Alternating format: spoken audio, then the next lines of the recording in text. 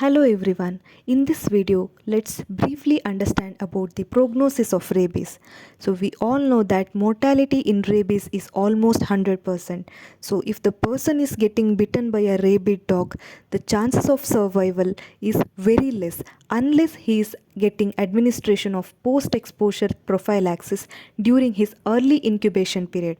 So if the person is getting bitten by a rabid dog and if he is immediately as soon as possible if he started with the post-exposure prophylaxis or vaccination, there are minimal chances of survival. And next we will study about prevention of rabies. So rabies virus infection, according to World Health Organization 2018 guidelines, it can be prevented by two methods. First one is pre-exposure prophylaxis.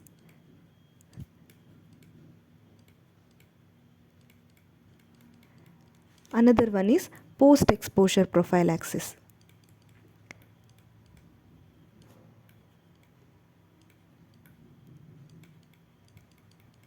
So as the name implies, pre-exposure prophylaxis is given before getting infected or getting bitten by the rabid dog.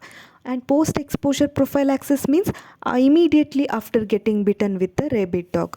So here you can see pre-exposure prophylaxis and post-exposure prophylaxis. So this pre-exposure prophylaxis, it is not given to all the individuals. So it is only given to high risk individual who are more at high risk of developing this rabies virus infection or getting bitten by dogs, such as veterinarians or dog handlers, or also the subpopulation in remote endemic areas where there will not be access of post exposure prophylaxis or vaccines immediately whenever required. So for them, pre exposure prophylaxis can be suggested. And post-exposure prophylaxis involves mainly three methods. One is local wound care, second one is passive immunization, third one is active immunization. So local wound care, it is one of the important essential steps in prevention of rabies virus infection or spread of infection, because this rabies virus infection persists at the wound site for prolonged time. Up to 48 hours it will persist at the wound site. So it is very important to perform this local wound care, which begins with the physical cleansing. So the bitten wound and scratch should be washed thoroughly with the direct water and soap for 15 minutes, which plays an important role in preventing the spread of infection. And after washing with the water and soap, next step is chemical inactivation. Any antiseptic of choice such as povidone iodine or alcohol can be used as a chemical disinfectant. And third method is suturing. So this method has to be followed only if it is really required, or if the wound is really deep, suturing can be performed. Otherwise there are chances of spreading of the infection. And next, other general measures like debridement of devitalized tissue if the wound is deeper, then tetanus prophylaxis can be followed, then antibiotic treatment to prevent secondary bacterial infection. And next method is rabies immunization or passive immunization.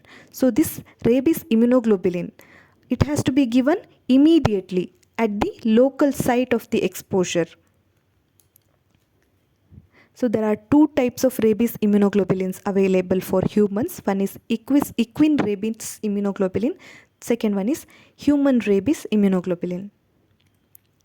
And next, coming to active immunization or rabies vaccine. So any individual who gets bitten by any dog, they have to undergo this active immunization for rabies.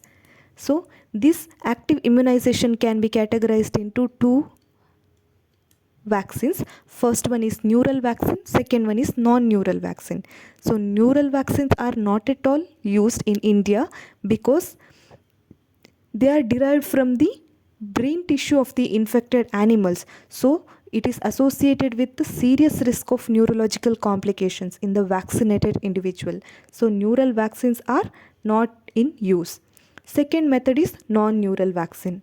So there are different types of non-neural vaccine. In that, first one is egg-derived vaccine.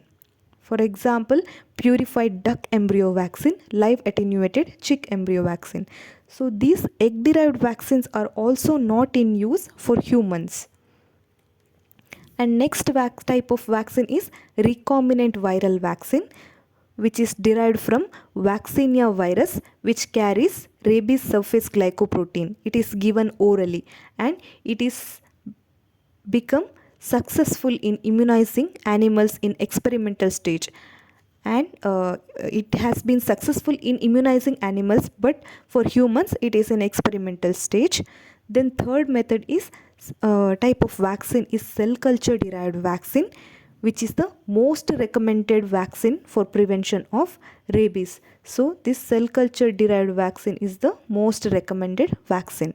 They are highly immunogenic, highly active, and also it is devoid of any of the neurological complications. It is safer to use. And there are three types of vaccines available in India: purified chick embryo cell vaccine, purified vero cell vaccine, and human diploid cell vaccine. Next, coming to national guidelines on rabies prophylaxis. So there are regimen for post exposure prophylaxis immediately after getting bitten with the rabid dog. Then the next one is regimen for pre exposure prophylaxis. This is mainly given to high risk individuals like dog handlers. Then regimen for post exposure prophylaxis in previously vaccinated individuals. For example, if a dog handler who have already taken vaccination pre exposure prophylaxis gets bitten with the rabid dog, then there is also a regimen for them. So first one is regimen for post exposure prophylaxis. So it is intramuscular injection is given for 5 doses, 1 dose each given on 0, 3, 7, 14 and 28 days. So here in total 5 doses has to be taken by the individual. Next, that is about intramuscular dose. This is, and there is another option called intradermal regimen.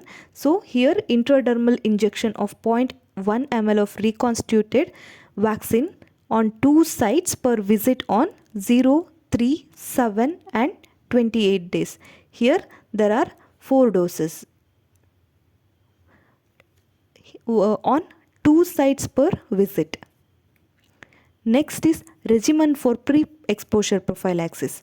So here 3 doses are given on 0, 7 and 21 or 28th day, maybe intramuscular or intradermal route. And next one is regimen for post-exposure prophylaxis in previously vaccinated individual. So this depends upon the severity of the wound bite. If the wound is more severe, then 3 doses can be given on 0, 3 and 7 days. If the severity of the wound bite is less, then 2 doses can be given on 0 and 3rd day. So immunoglobulins or rabies immunoglobulin is not